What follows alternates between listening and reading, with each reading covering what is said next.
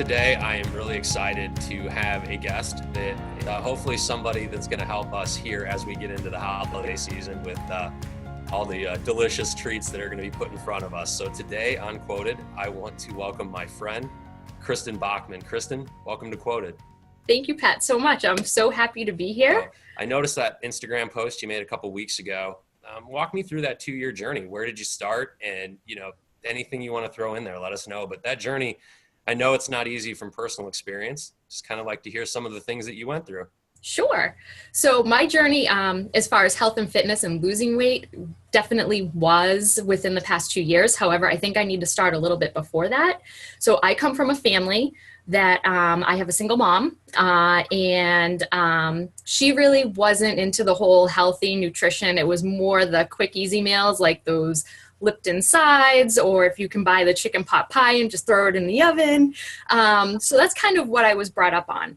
And also, I never had a problem with my weight my entire life. Like, I was that girl who could go and eat a burger or eat appetizers or do whatever, and I was always stick thin. And then I got pregnant with my daughter. And throughout that journey, once again, my mom was a single mom, and it was like, oh, you're pregnant, you can eat whatever you want, enjoy, indulge, do whatever.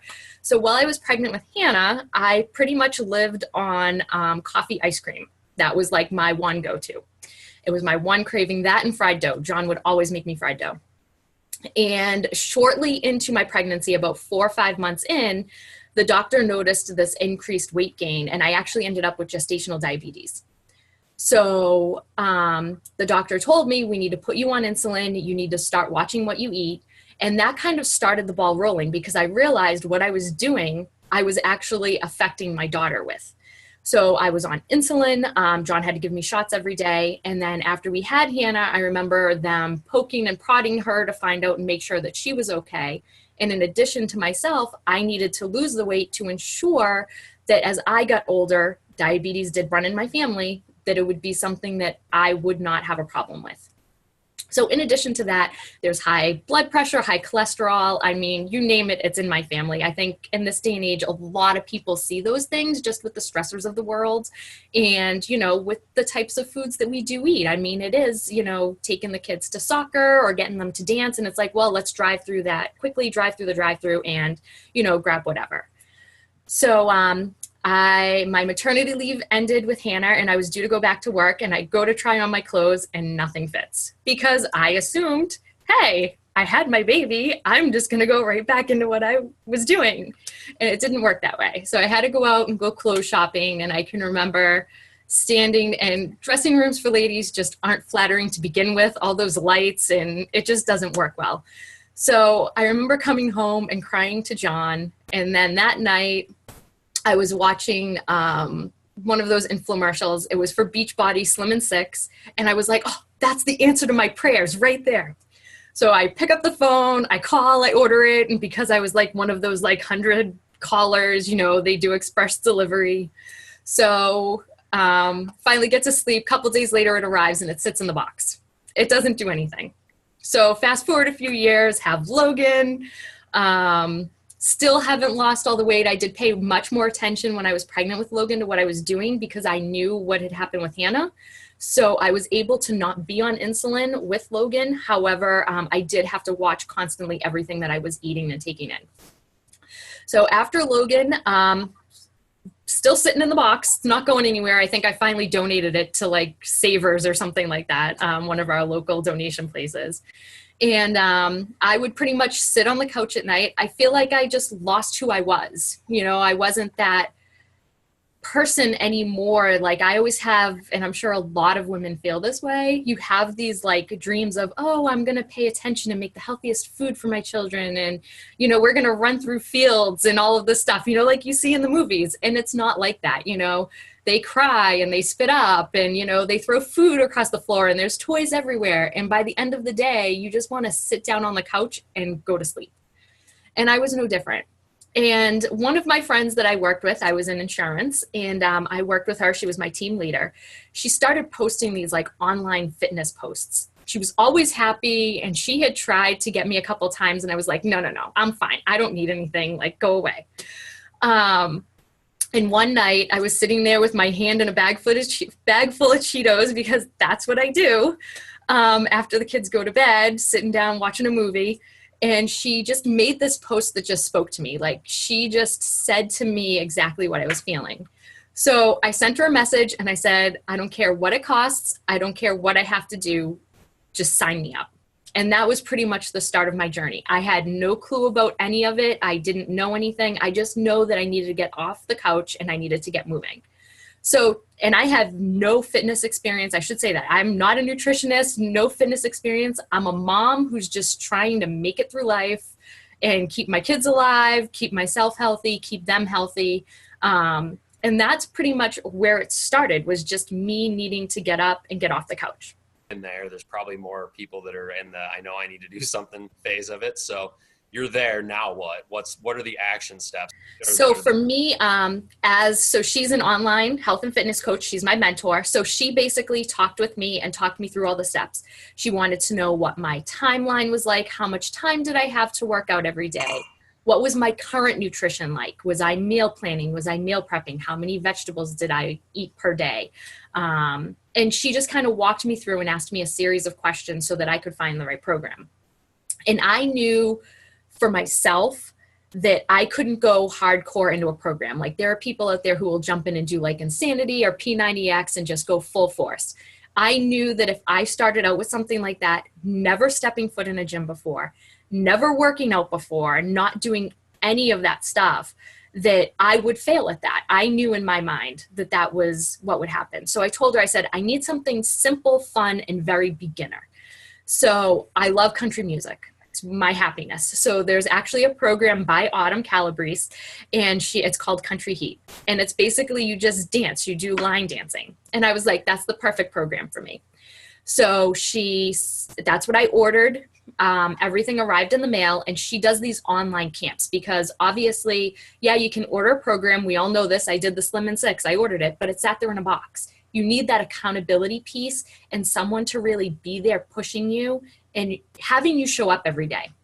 So on Facebook, she makes a secret group that no one can see. You have to be invited to it. And in there, she puts all of these women who need help and accountability. And we basically go through a program. Everyone does different programs. Sometimes we all do the same program. It varies month to month on what we want to do. But I have been in her groups for 2 years now.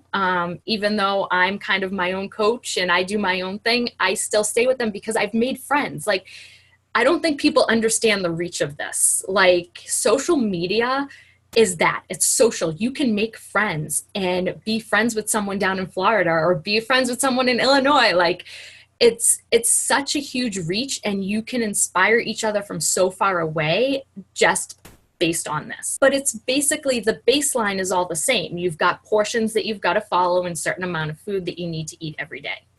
So she walks you through that, and then we all develop our why. Like, what is it that made you want to do this? You can offer advice and you can offer help, but unless someone's ready and willing to make that change, you can't force them to do it. You can give them all the tools, but they have to be the ones to take the step and be accountable for themselves and be able to do it. And then from there, I went right into a military style workout. So I'm a mom, I'm working, I've got to drop kids off at daycare and at school. So I went into a program called 22-Minute Hardcore, which is a military style workout. So you're working out with Tony Horton screaming in your face pretty much on the TV, but you're working out with Army guys, Marines, Coast Guard. Like, these guys are modifying, and you're sometimes sitting there going, come on, what are you modifying for? Get up and do this.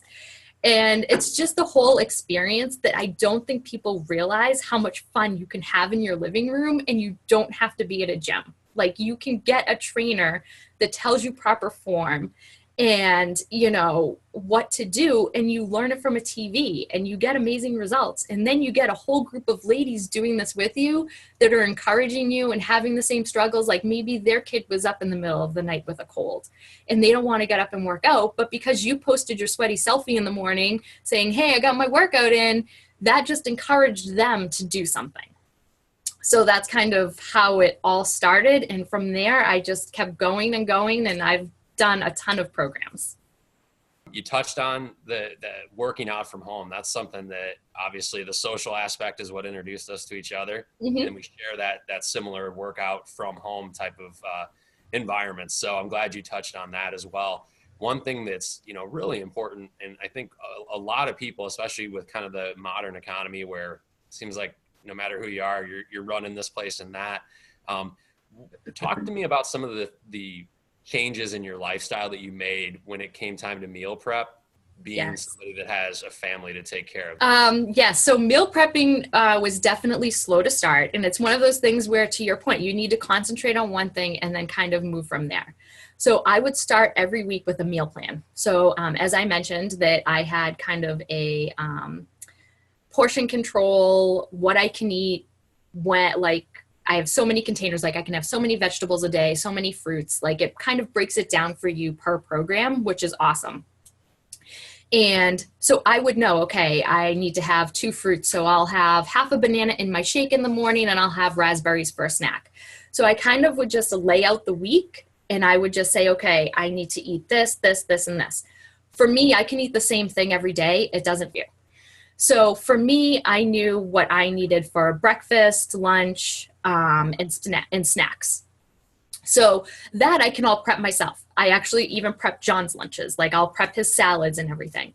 However, when it comes to dinner, that is a little bit more difficult because obviously my family is not going to eat the same thing every single night of the week. So it is hard. Don't get me wrong. Like everything I make, not necessarily my family eats. So you have to get creative. There's definitely switches. Last night we had like a pork tenderloin, and neither of my kids would eat green beans. So I just substituted. My daughter wanted strawberries or raspberries and Logan wanted like strawberries or whatever.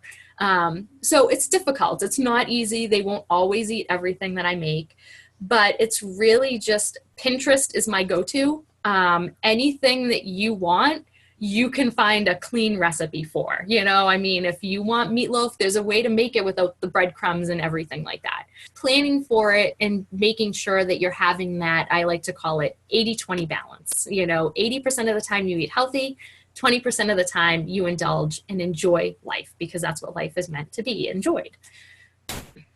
Yep, absolutely. And that's, so let's transfer. I like that story that this is a business, right? And people can sign up for and things that people can work directly with you. So walk me through what that looks like. So basically I started seeing the lifestyle that I was living and how I was able to gain my identity back. Like I was Kristin again and I had lost her. And that pretty much is what I wanted to share with everyone. Just because you have kids and because you become a wife or husband doesn't mean that you have to completely forget who you are. So I started coaching and I'm definitely, I do this part-time. It's a side hustle. I still work part-time, but I just enjoy helping people. I didn't get in this to make money.